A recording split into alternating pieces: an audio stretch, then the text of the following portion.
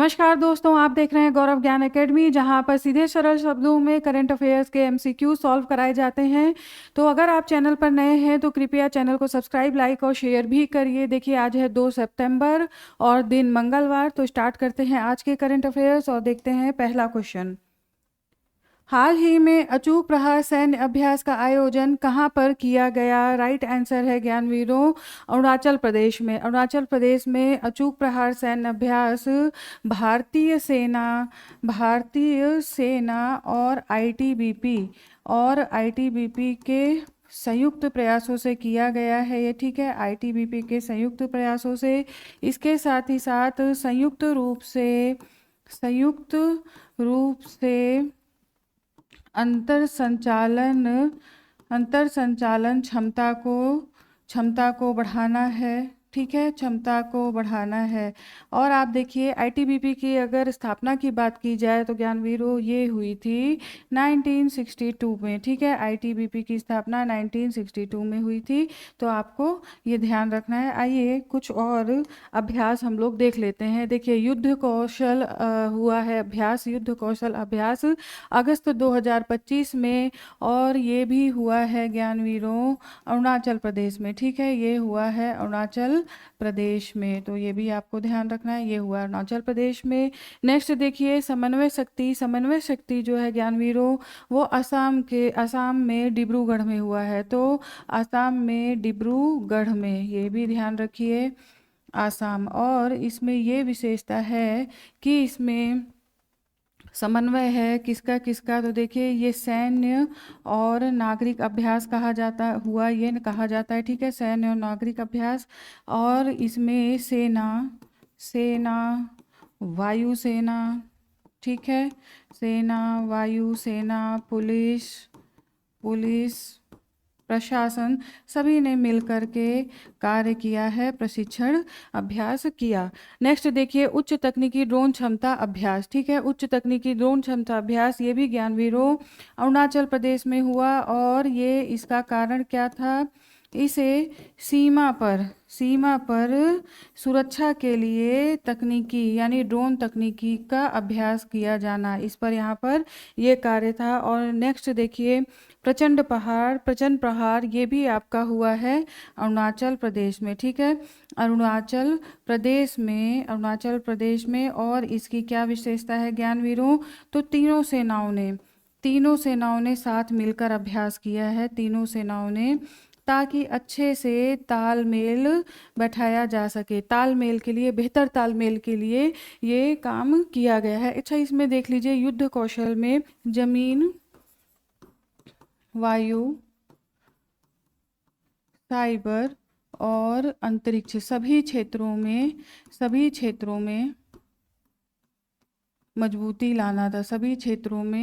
मजबूती लाना था। ठीक है, तो आपको इस तरीके से ये अभ्यास भी ध्यान रखने हैं। हाल फिलहाल में हुए हैं, तो इसलिए ये आपके एग्जाम के लिए इम्पोर्टेंट है। नेक्स्ट क्वेश्चन देखिए, स्कोप एमिनेंस अवार्ड 2022-23 राष्ट्रपति द्रौपदी मुर्मू ने संयुक्त रूप से किस स्थान पर प्रदान किया? तो ज्ञानवीरों, यहाँ पर राइट आंसर है नई दिल्ली। देखिए, जो स्कोप एमिनेंस अवार्ड है, ये सार्वजनिक क्षेत्र के उद्यमों को, सार्वजनिक क्षेत्र में जो बेहतर कार्य कर रहे हैं, सार्वजनिक क्षेत्र के उद्यमों को दिया जा रहा है। ठीक है, सार्वजनिक क्षेत्र के उद्यमों को। और अगर हम बात करें स्कोप, ठीक है, स्कोप की स्थापना की बात करें ज्ञानवीरों, तो ये हो गई थी 1973 में। जबकि 1976 में इसे सर्वोच्च निकाय के रूप में ज्ञानवीरों मान्यता मिली थी। तो आपको ये ध्यान रखना है, स्कोप सर्वोच्च निकाय के रूप में 1976 में मान्यता मिली थी। और ये अवार्ड सार्वजनिक क्षेत्र के उद्यमों के लिए दिया जाता है, तो आपको ध्यान रखना है। नेक्स्ट क्वेश्चन देख लीजिए, किस राज्य सरकार ने नो हेलमेट नो फ्यूल विशेष सड़क सुरक्षा अभियान शुरू करने की घोषणा की है? राइट आंसर है उत्तर प्रदेश सरकार के द्वारा।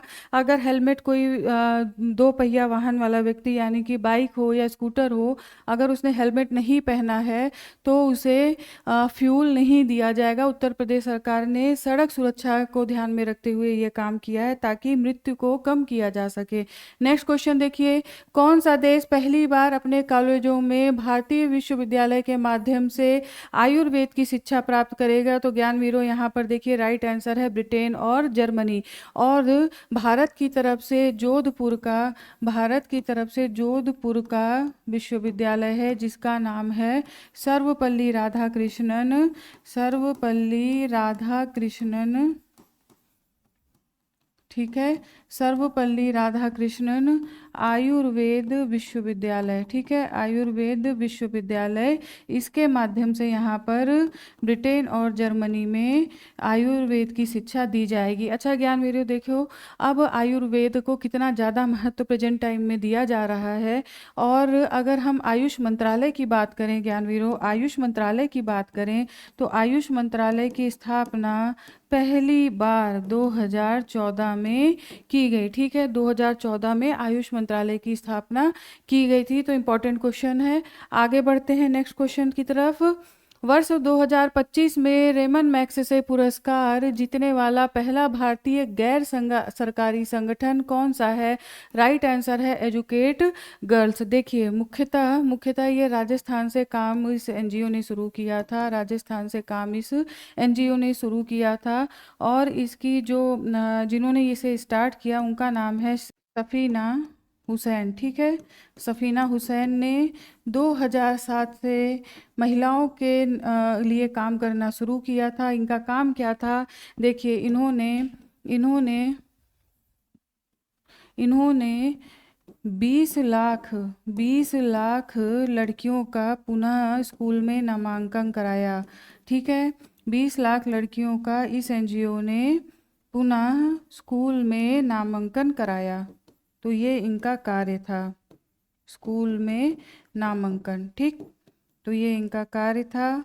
और ये एनजीओ एजुकेट गर्ल्स आपको याद रखना है। एशिया का बहुत ही महत्वपूर्ण पुरस्कार ये माना जाता है रेमन मैग्सेसे पुरस्कार। हो सकता है पूछा जाए आपसे कि एजुकेट गर्ल्स को कौन सा पुरस्कार फिलहाल दिया गया, तो आपको ये भी ध्यान रखना है रेमन मैग्सेसे पुरस्कार, तो इस चीज़ को आपको याद रखना है। नेक्स्ट क्वेश्चन देखिए क्या है। नेपाल के अलावा महागौरा पर्व भारत के किन क्षेत्रों में मनाया जाता है?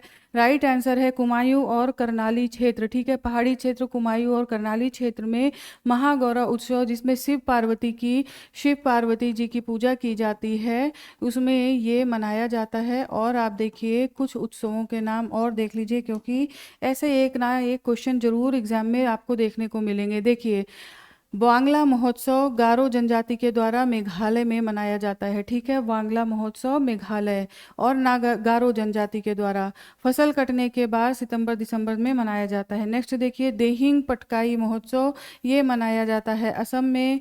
कला महोत्सव ये है महाराष्ट्र में।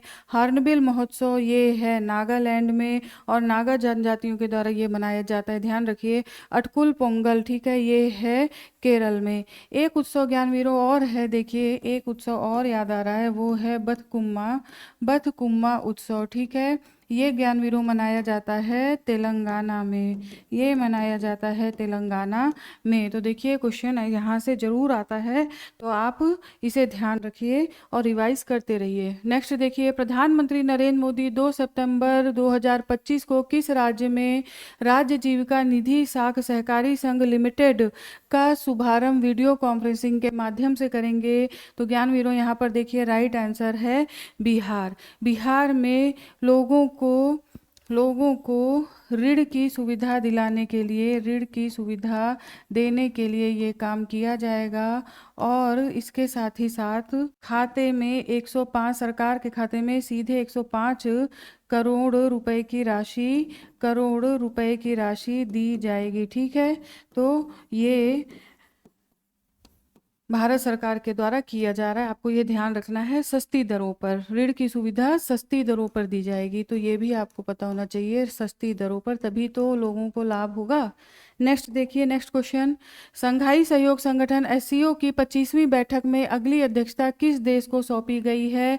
यहाँ पर देखिए राइट आंसर है किर्गिस्तान। किर्गिस्तान को नेक्स्ट एससीओ की अध्यक्षता सौंपी गई है। इसके अलावा आप देखिए ये जो बैठक थी जो अभी चाइना में चल रही है, तियांजिन में चाइना में जो हो रही है वो है 25वीं बैठक, ठीक है। यानी कि किर्गिस्तान में ये जो बैठक हो जाएगी ये होगी 26वीं बैठक ज्ञानवीरों। तो बहुत इंपॉर्टेंट क्वेश्चन है, क्योंकि ऐसा क्वेश्चन जो बैठक होती है अगर वो इंपॉर्टेंट है तो नेक्स्ट कहाँ पर होगा वो जरूर पूछा जाता है। आ जाइए थोड़ा सा मैप देख लेते हैं। किर्गिस्तान देखिए ये हो गया आपका किर्गिस्तान, ठीक है। किर्गिस्तान ग्रीन कलर में आपको स्पष्ट दिख रहा होगा।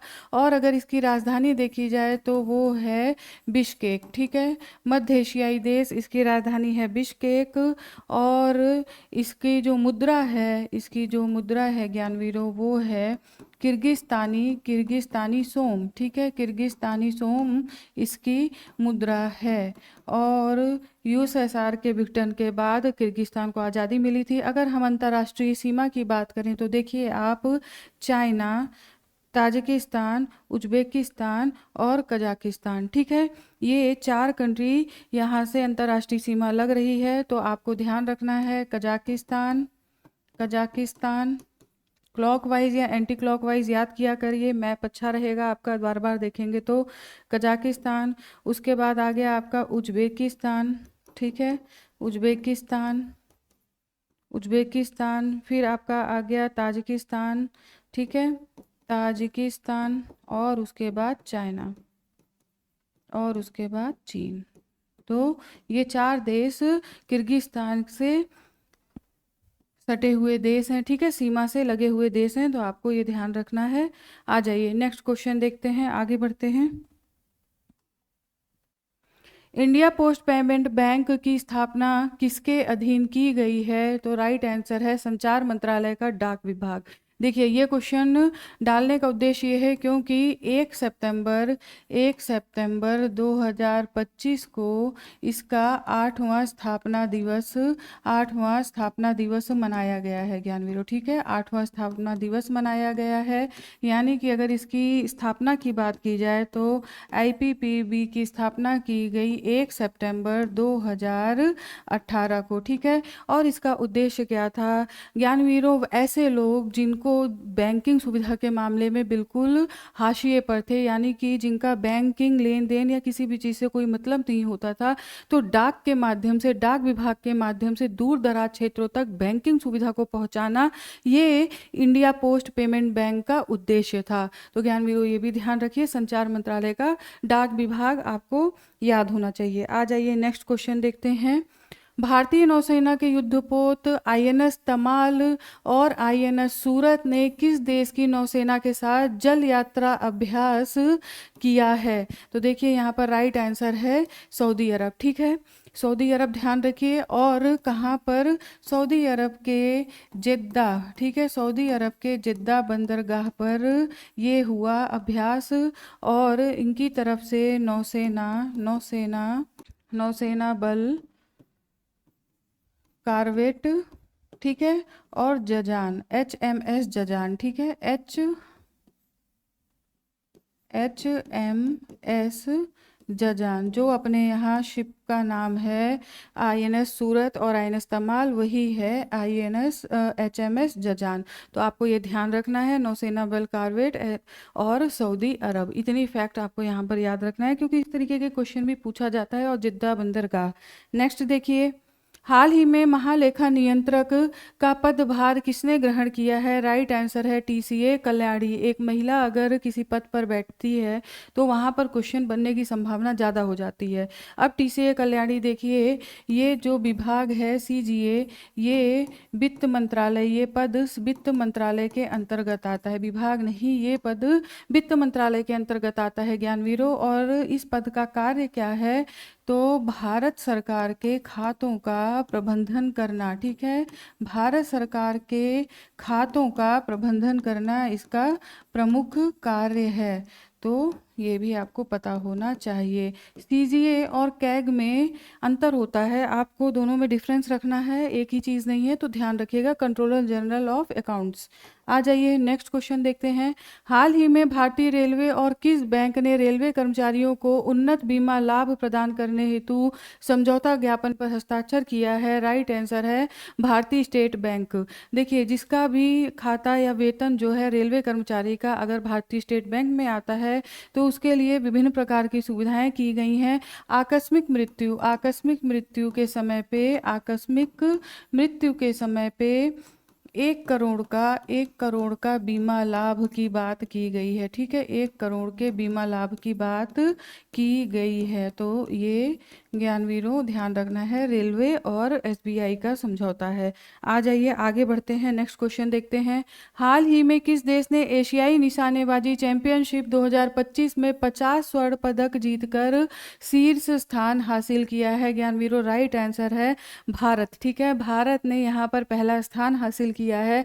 और देखिए, इसमें जो टोटल पदक है वो है 99। ठीक है, 99 कुल पदक की संख्या है। तो आपको ये भी याद रखना है, जिसमें 50 हो गया स्वर्ण, ठीक है, 26 रजत और 23 हो गया आपका कांस्य। ठीक है ज्ञानवीरों, और आपको पता भी होगा ये हुआ कहाँ था, तो ये हुआ है कजाकिस्तान के श्यामकेंट में। ठीक है, श्यामकेंट में ये हुआ था। और सेकंड पोजीशन पर अगर बात की जाए, सेकंड नंबर पर कौन आया है, तो वो है कजाकिस्तान और तीसरे स्थान पर आया है चीन। ठीक है, तीसरे स्थान पर आया है चाइना। तो ये भी आपको ध्यान रखना है, क्योंकि 3 देश भी पूछे जा सकते हैं, क्योंकि भारत यहाँ पर पहले, सेकंड नंबर पर कजाकिस्तान और थर्ड नंबर पर आपका चाइना है। तो ये चीज़ आपको याद रखनी है। इसके अलावा ज्ञानवीरों, इसमें एक फैक्ट ये है कि अंकुर मित्तल, ठीक है, अंकुर मित्तल नाम ध्यान रखिए। अंकुर मित्तल ने इसमें पुरुषों की, ठीक है, अंकुर मित्तल ने इसमें पुरुषों की डबल ट्रैप श्रृंखला में गोल्ड मेडल जीत करके विश्व रिकॉर्ड बनाया है। तो अंकुर मित्तल का नाम आपको ध्यान रखना है। आ जाइए ज्ञानवीरों, आगे बढ़ते हैं, नेक्स्ट क्वेश्चन देखते हैं। भारत ने हाल ही में किस देश के साथ रक्षा सहयोग पर संयुक्त समिति की बैठक की है? तो ज्ञानवीरों यहाँ पर राइट आंसर है सऊदी अरब, जहाँ पर भारत ने मेक इन इंडिया और आत्मनिर्भरता पर फोकस किया है। ठीक है, तो ये बैठक हुई है सऊदी अरब के साथ रक्षा सहयोग पर, आपको ध्यान रखना है। तो देखिए ज्ञानवीरों, आज का यहाँ पर हमारा करंट अफेयर कंप्लीट होता है। फिर आपके सामने कल उपस्थित होती हूँ कुछ नए अपडेट्स के साथ। तब तक पढ़ते रहिए, मस्त रहिए, और कृपया चैनल को सब्सक्राइब जरूर कीजिए अगर थोड़ी सी भी वैल्यू आपको लगी हो। तो चलिए फिर मिलते हैं कल। धन्यवाद।